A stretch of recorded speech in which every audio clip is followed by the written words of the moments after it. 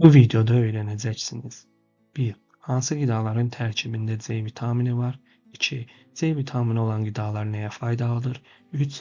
İmmunitetdən başqa nəyə müsbət təsir edir? C vitamininin təbii mənbələri hansılardır? Başlamazdan əvvəl ən son videolarımızdan xəbərdar olmaq üçün kanalımıza abunə olmağı və zəngə basmağı unutmayın. Əgər telefonunuzdan izləyirsinizsə, parametrlərinizə daxil olduğunuzdan və bildirişləri yandırdığınızdan əmin olun.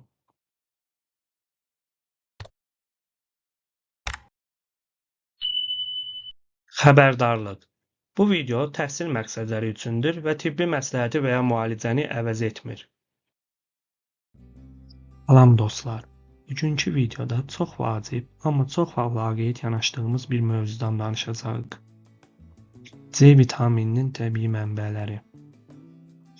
İndi sizə bir sual. Soyuqlayanda ilk ağlınıza nə gəlir? Bəli, limon. Amma bəs bilirdinizmi ki, limondan qat-qat çox C vitamini olan meyvə və tərəvəzlər var? Gəlin bir yerdə baxaq. Birincisi, qara qarağat. C vitamini baxımından tam bombadır.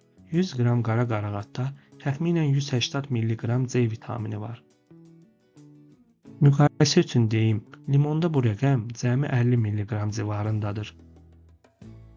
İkincisi, kivi. Bu balaca, tüklü meyvə immunitet üçün möcüzədir. Kivi insanın immun sistemini möhkəmləndirir, orqanizmin müdafiə və bərpa funksiyalarını gücləndirir, orqanizmin stresə qarşı davamiyyətini yüksəldir. Bu gilə meyvə ürək-damar sistemi üçün də çox faydalıdır. Tərkibində çoxlu C vitamini ilə yanaşı, kalium və maqnezium mikroelementlərinin olduğuna görə kivi arterial təzyiqi normallaşdırır. Yəni, həm bədəninizi təmizləyir, həm də enerjinizi artırır. Üçüncüsü, biber. Xüsusilə qırmızı şirin biberin içində limondan 2-3 dəfə çox C vitamini var. Bəli, səhv eşitmədiniz. Salatlarınıza biraz biber əlavə etsəniz, həm dadlı, həm də vitaminli olacaq. Dördüncü, brokoli və ispanak.